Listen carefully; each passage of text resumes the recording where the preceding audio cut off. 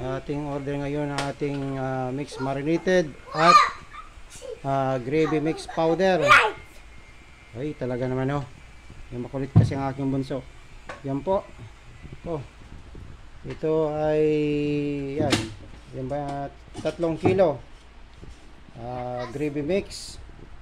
Ito naman po ay 4 na kilo na gravy mix. Tapos may kasama pang mixed marinated. Yan. Po, magandang umaga. I love you. Yan. Kaya sa mga naghanap dyan ng napakasarap na kasing sarap ko, ha? Nag gravy mix. Ha? Ito na po ang kasagutan. Nabulol na ako sa kasarapan talaga. Ha? Ito na yung kasagutan sa hinahanap nyong malupit na gravy. Ha?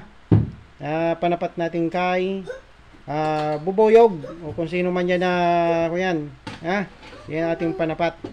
Okay, maraming salamat po sir, madam, sa inyong pagtitiwala sa ating produkto.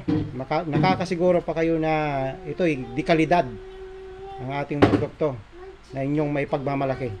Maraming salamat po. God bless po. I love you. Mama chup chup. Hayo!